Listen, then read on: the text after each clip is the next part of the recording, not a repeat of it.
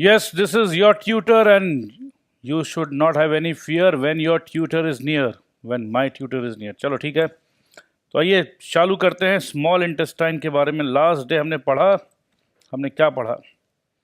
हमने पढ़ा digestive system के बारे में पढ़ा। हमने डाइजेस्टिव सिस्टम के बारे में ये पढ़ा कि भाई जो भी खाना हम खाते हैं वो कॉम्प्लेक्स फूड होता है। उस कॉम्प्लेक्स फूड को सिंपल फूड में बनाना ज़रूरी है, कन्वर्ट करना ज़रूरी है। ऐसा क्यों? क्योंकि जो हमारा बॉडी में जो सेल होता है वो सेल को फूड को एब्जॉर्ब करना होता है, एब्जॉर्ब करना होता है। ठीक है, तो फूड माउथ से स्टार्ट होता है, माउथ से सीधा स्टमक में जाता है। स्टमक जो है एक मस्कुलर बैग है, मस्क्यूलर बैग, मस्कुलर बैग।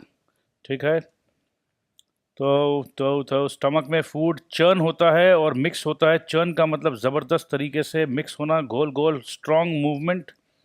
ठीक है, और स्टमक के वॉल में डाइजेस्टिव जूसेस होते हैं। डाइजेस्टिव जूसेस स्टमक के वॉल में होते हैं, डाइजेस्टिव जूसेस ये वॉल से निकलते हैं। मैंने आपको बताया था कि वॉल में पाइप लगा के अगर आपको थम्स अप मिले, कोका कोला मिले, आहा मज़ा आ जाए। So they break down the food into simple and soluble substances. Simple and soluble का मीनिंग भी आपको पता है। सो अब हम बढ़ गए हैं स्मॉल इंटेस्टाइन की तरफ। तो पहले फोटो में देखेंगे स्मॉल इंटेस्टाइन। सो ये जो है ये है स्मॉल इंटेस्टाइन, इसका थिकनेस कम होता है। और ये जो है लार्ज इंटेस्टाइन, ये लार्ज है, इसका ये थिकनेस ज़्यादा है। This is more thick, thicker than small intestine. So पहले स्मॉल इंटेस्टाइन में फूड, उसके बाद लार्ज इंटेस्टाइन में फूड। ठीक है जी, तो स्मॉल इंटेस्टाइन पेट तक खाना पहुंच चुका है। अब आगे, from the stomach the food goes into the small intestine. From the stomach the food goes into the small intestine. The small intestine is a long and coiled tube. Coil मतलब गोल गोल गोल गोल गोल गोल, कॉइल्ड। ठीक है, तो small intestine is a long. देखो कभी कभी ऐसा होता है, एक लंबा रस्सी, मैं आपको एक लंबा रस्सी देता हूं, इतना लंबा। पर जब इतने लंबे रस्सी को अगर हम लोग ऐसे करके गोल गोल गोल घुमाएंगे तो बस इतना सही, तो ये देखने से लग रहा है छोटा, बट एक्चुअली अगर इसको खोलेंगे तो ये इतना लंबा हो जाएगा। ठीक है, सो इसे कहते हैं कॉइल्ड ट्यूब। कॉइल्ड, कॉइल्ड मतलब गोल गोल गोल गोल, coiled tube. Tube tube tube, जैसे क्रिकेट का बैट होता है, जो क्रिकेट का बैट का हैंडल है, ये हैंडल सॉलिड होता है। अगर इमेजिन करो ये हॉलो हो तो इसे कहेंगे ट्यूब। ट्यूब बोलो या पाइप बोलो। ठीक है, सो इसीलिए विंड पाइप बोलते हैं हम लोग, या फूड पाइप बोल रहे हैं। फूड पाइप क्यों बोल रहे हैं, पाइप क्यों बोल रहे हैं? क्योंकि ये हॉलो है, इसमें से फूड ट्रैवल करता है। ठीक है, सो कॉइल्ड ट्यूब, क्या मेरे यंग साइंटिस्ट लोगों को समझ में आ रहा है? कॉइल्ड ट्यूब, खाना पेट तक पहुंच चुका है, अब स्मॉल इंटेस्टाइन में जाएगा खाना। From the stomach, from the stomach मतलब स्टमक से कहां जाएगा? The food goes into the small intestine. अब पेट से निकलकर कहां है पेट? खाना स्टमक में है, स्टमक से जाएगा स्मॉल इंटेस्टाइन। प्लीज, मैं बार बार क्यों बोलता हूं पता है? मैं बार बार इसलिए बोलता हूं बस आप मेरी बातों को सुन के आपको दिमाग में सेट हो जाए, याद हो जाए, रटना नहीं पड़े, रटना नहीं पड़े। स्टमक से जाएगा स्मॉल इंटेस्टाइन। अब आपको बोले ऐसे उड़ के तो जाएगा नहीं, ये कनेक्टेड होता है अंदर में। ठीक है, ये अंदर में कनेक्टेड होता है। सो from stomach the food goes into the small intestine. The small intestine is a long and coiled tube. Intestinal juices, intestinal juices, अच्छा तो जूस आपका माउथ में भी है, माउथ के जूस को सलाइवा बोल रहे हैं। स्टमक में भी जूसेस निकल रहे हैं, स्टमक के जूसेस को डाइजेस्टिव जूसेस बोल रहे हैं। और अब intestinal juices digest the food in small intestine, ठीक है। सो इंटेस्टाइनल जूसेस, तो इंटेस्टाइन में भी जूस निकल रहा है जो फूड को डाइजेस्ट कर रहा है स्मॉल इंटेस्टाइन में। The small intestine also receives the digestive juices from liver and pancreas. अच्छा जी, देखो खाने को पचाने के लिए हर तरफ से जूस निकल रहा है। सो लिवर एंड पैंक्रियाज भी, ये जो लिवर है और ये पैंक्रियाज है, ठीक है, ये भी क्या दे रहे हैं, डाइजेस्टिव जूसेस। तो कहीं ना कहीं जब से हम फूड खाना स्टार्ट किए हैं, माउथ से स्टार्ट किए हैं, माउथ में भी जूस, स्टमक में भी जूस, इंटेस्टाइन में भी जूस, लिवर में भी जूस, पैंक्रियाज में भी जूस। ये सारे का काम क्या है, जो फूड जो कॉम्प्लेक्स होता है, कॉम्प्लेक्स फूड को सिंपल फूड बनाना है। तो सिंपल फूड बनाने के लिए everybody is giving you digestive juices so that simple and, एक और वर्ड था सिंपल, सिंपल सॉल्यूबल, ठीक है। और ये सिंपल सॉल्यूबल क्या होगा, एब्जॉर्ब होगा। कौन एब्जॉर्ब करेगा, सेल एब्जॉर्ब करेगा। तो इतना सा बात अगर आप समझ जाएं तो इस पूरे प्रोसेस को कहते हैं डाइजेशन, ठीक है मेरे young scientist. The process of digestion completes in the small intestine, मतलब डाइजेशन का पूरा प्रोसेस कहाँ खत्म हो गया, स्मॉल इंटेस्टाइन में। अब आप पूछोगे तो सर लार्ज इंटेस्टाइन का क्या काम है, लार्ज इंटेस्टाइन का क्या काम है। वेरी गुड, अगर आपके दिमाग में तुरंत ये सवाल आया तो बहुत अच्छी बात है। अब जो फूड डाइजेस्ट हो गया है, कहाँ हो गया डाइजेस्ट, स्मॉल इंटेस्टाइन में। The digested food is absorbed by the blood vessels, blood, blood vessels. Vessel मतलब क्या होता है, वेसल मतलब जैसे ग्लास जो है, ग्लास को हम लोग वेसल बोलते हैं या यूटेंसिल बोल लो। कोई भी वेसल मतलब जिस चीज में कुछ स्टोर होता है। तो ब्लड वेसल मतलब जो जो वेन्स होता है जिसमें ब्लड कैरी होता है। तो ये ब्लड जो है, वेन्स, आर्टरीज, ये सब में जा रहा है और ब्लड के अंदर ही होता है सेल। तो जो खाना हमने खाया है सेल तक कैसे पहुंचेगा। स्टार्टिंग में हमने बताया जो भी खाना खाते हैं एब्जॉर्ब होता है, अभी हमने बताया एब्जॉर्ब होगा सेल में। मगर ये सेल है कहां पर, ये सेल है ब्लड के अंदर मिक्स। तो इसका मतलब खाना जो है उसको ब्लड को देना होगा, फिर ब्लड सेल को देगा।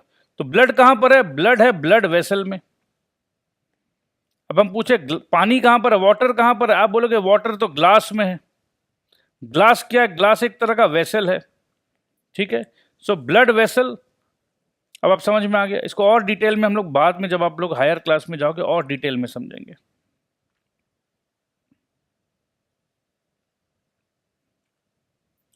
So the digested food is absorbed by the blood vessel in the walls of the small intestine। अच्छा जी, तो स्मॉल इंटेस्टाइन के जो दीवार है उस दीवार में ही ब्लड वेसल्स है। तो वहीं पर डायरेक्ट ब्लड वेसल ने फूड को एब्जॉर्ब कर लिया। It is carried to the different parts of the body by blood. अब ब्लड का काम है घूमना।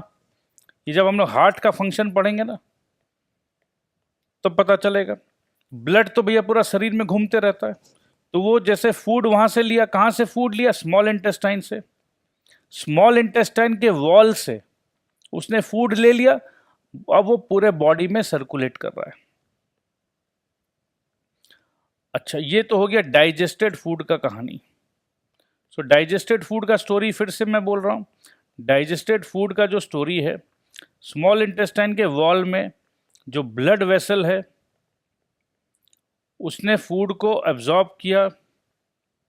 एब्जॉर्ब करने के बाद पूरे बॉडी में सर्कुलेट किया, ठीक है।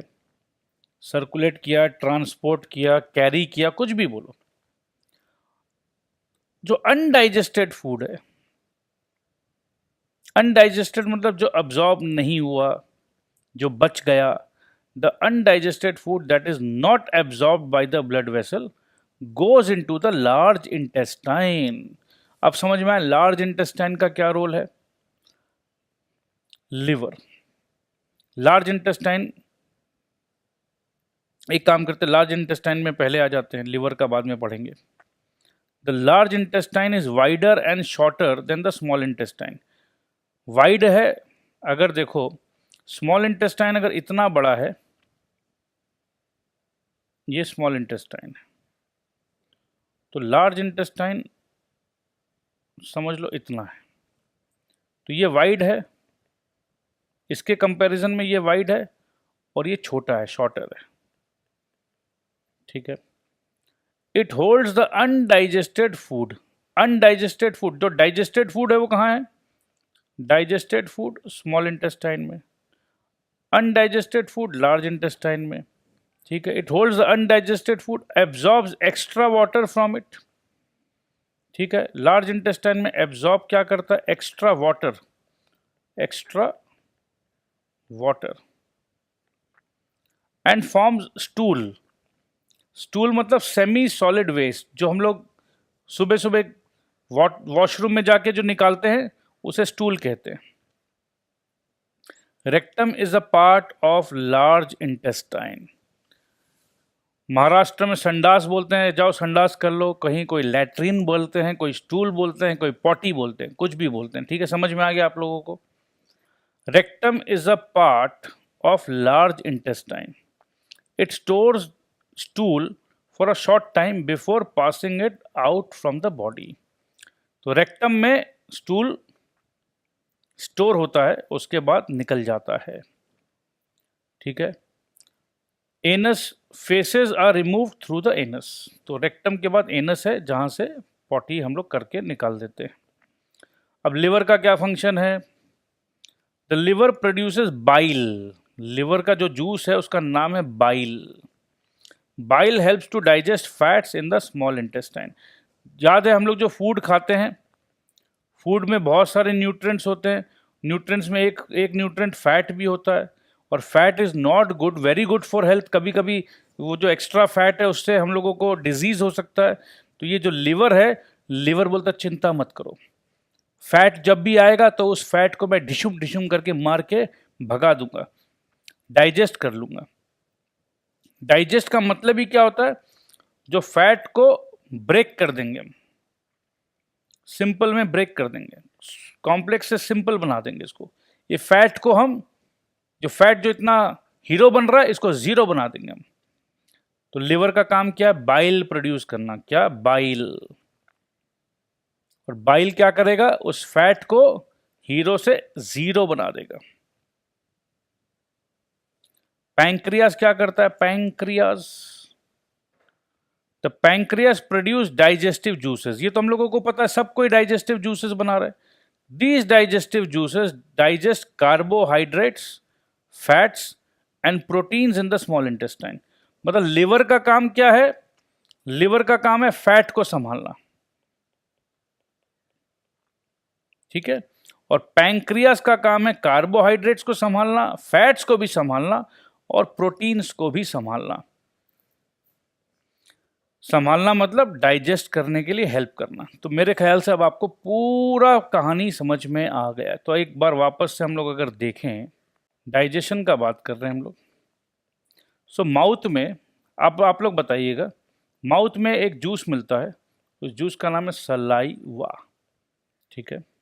स्टमक में भी जूस मिलता है, इसका नाम है डाइजेस्टिव जूसेस।